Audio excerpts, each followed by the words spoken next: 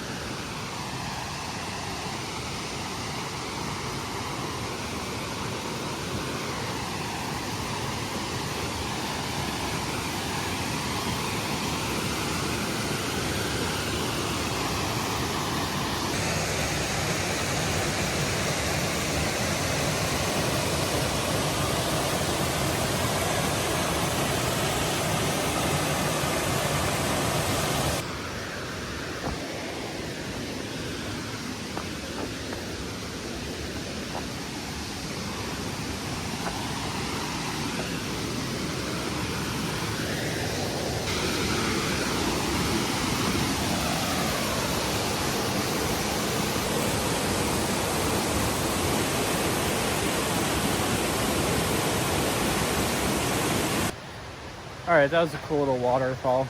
Not sure it was completely worth how far off the trail it was, but I guess still glad I went to go check it out.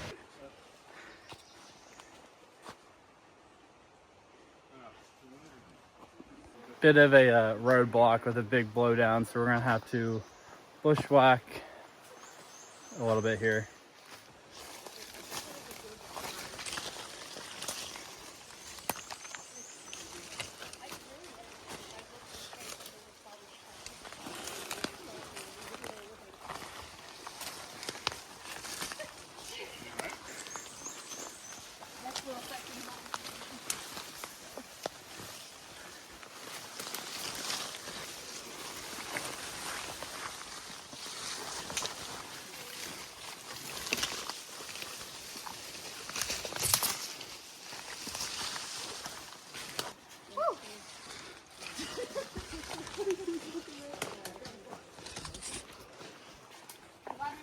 All right, made it through.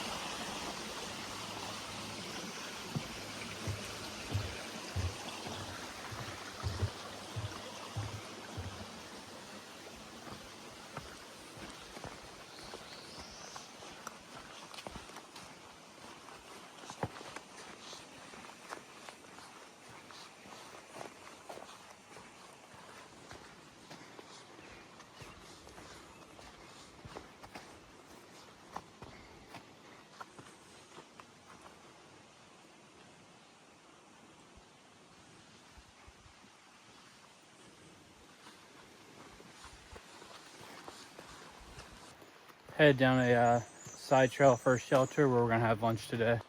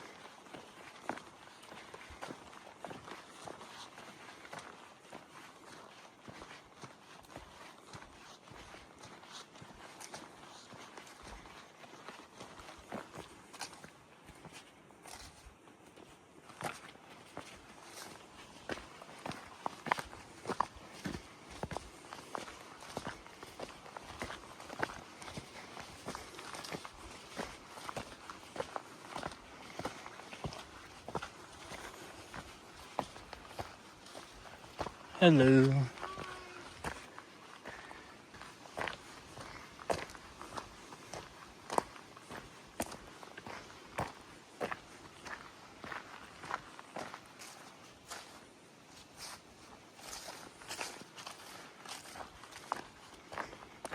Head down the road to Woods Hole Hostel. I originally wasn't going to stay here, but I think I'm just going to stay here and camp, which is 15 for the night. Or that's just what, it's donation based, so I'm going to do 15. They suggest 20, but I'm going to do 15. I feel like that's, you know, fair for camping. So I think I'm just going to stay there. My, originally wasn't going to, but my fanny pack today was rubbing on my hip, and I just didn't notice it until like a mile back that it has like rubbed like a good blister or just rash on the side of my hip. And yeah, I don't want to do 3 more miles because my hip belt of my pack is still over it. So we're just gonna, I'd rather just stay here tonight to let that kind of heal up instead of pushing 3 more miles and, you know, making it worse a little bit.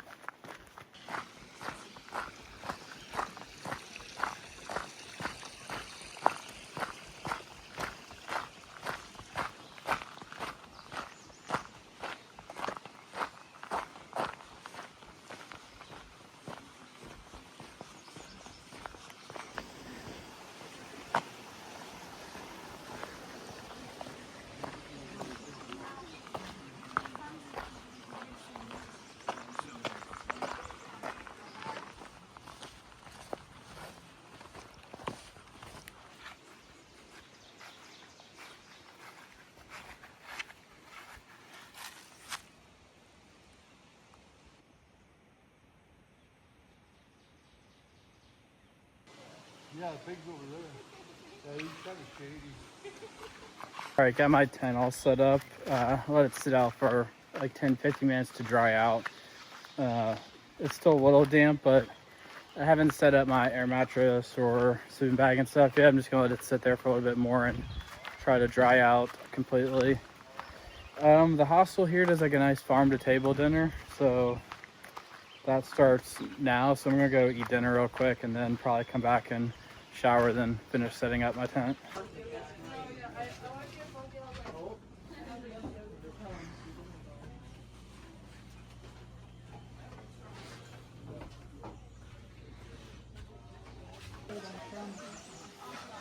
Circle up, you want to circle up in this big circle here.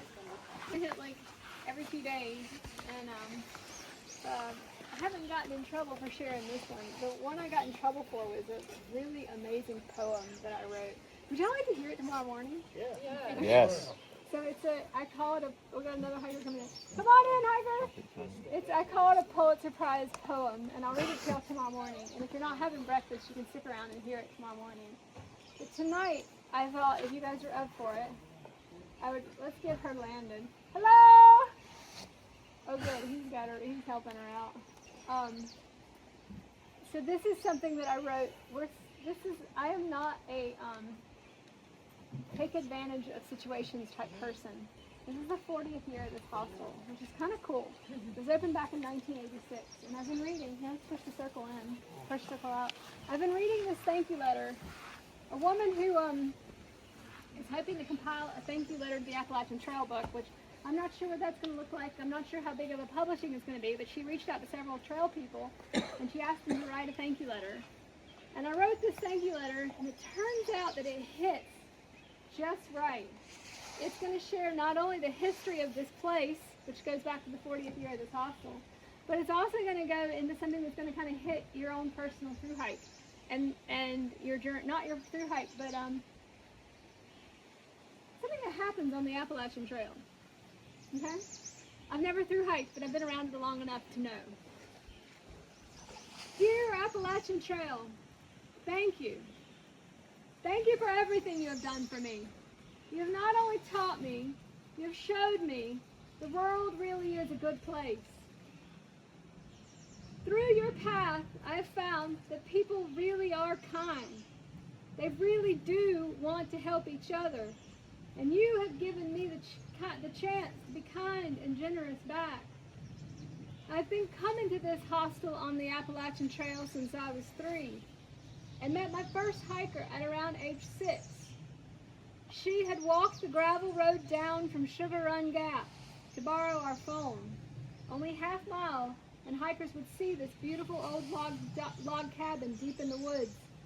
My grandparents lived in the remote location in 1940, so he could study the elk population.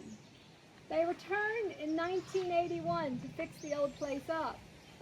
They brought my sister and I with them as entertainment. When my granddad proposed to my grandmother at around age 67, they opened their cabin to hikers. She said, heck no. He persuaded her, saying they could convert the log dog trot barn into a bunkhouse, give breakfast to the first 8. That was how many you could fit around the dining room table, and only invite them inside at breakfast. She bent, and they opened seasonally in 1986. He passed away of a sudden heart attack in May 1987, tomorrow, at Woods Hole during the bubble. 8 hikers were in the bunkhouse. That's a lot of hikers back then. It's amazing my grandmother decided to carry forward. She found a community that really made an impression on her. From the exterior, all you could see was a homeless vagabond. From the inside, she found thoughtful, energetic, educated, young, and older people too. On her own deathbed in April 2007, she said, I hope those doctors get their acts together. I got to get to the cabin. She had learned she had a terminal cancer. We did get to the cabin, and she died, just as the doctor predicted 6 months later. While she was busy running a hostel, I was busy trying to figure out what I was going to be when I grew up. At the age between 21 and 28, I was searching hardcore. I kept coming back to the hostel because it had something that just felt restorative. A porch, a gathering of people, a purpose. As my grandmother grew older, the hikers recognized she would not be able to do this forever. They asked, who's going to run this hostel when you're gone? She looked at me point blank and said, Neville's going to run it.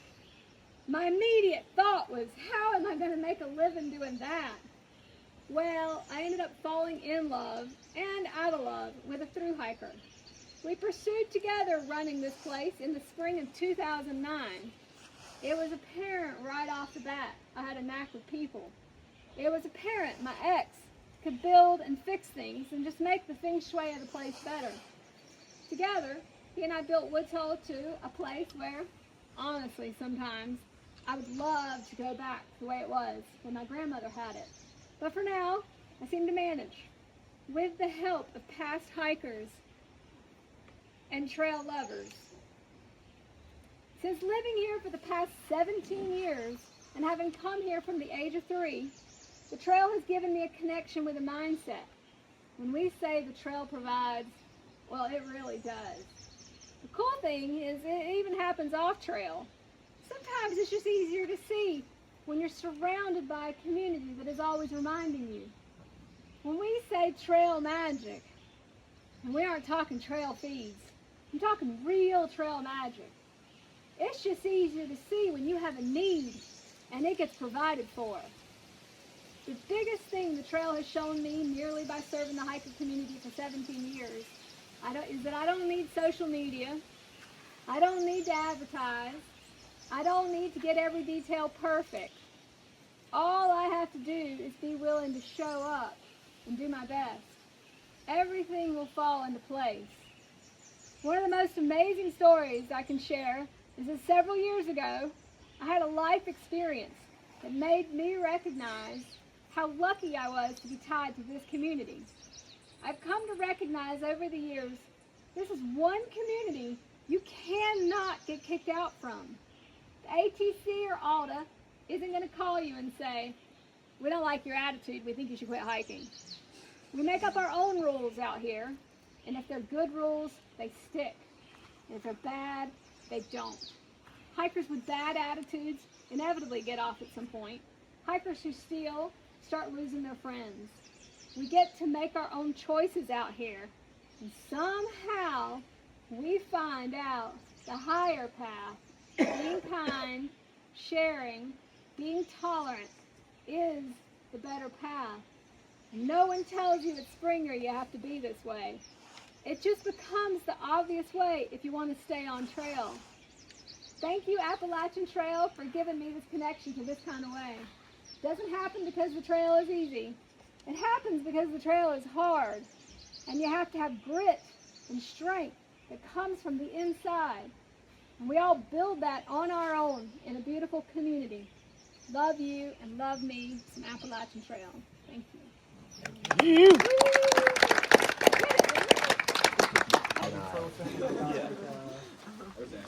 Like a compression sock. Okay. My guess is before. That was always my favorite. Right here. I haven't heard how many they go now, but I.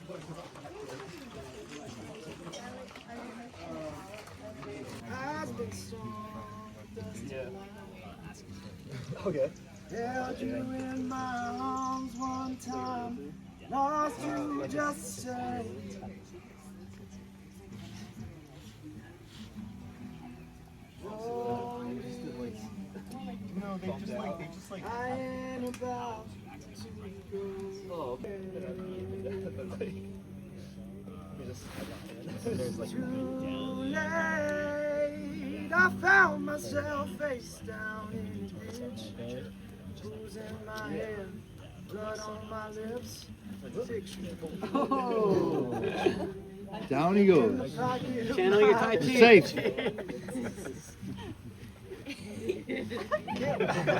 Success. Yeah, that's all I need. And then I just keep it all in a. All right, so we're just gonna end today's video here. Thanks for watching.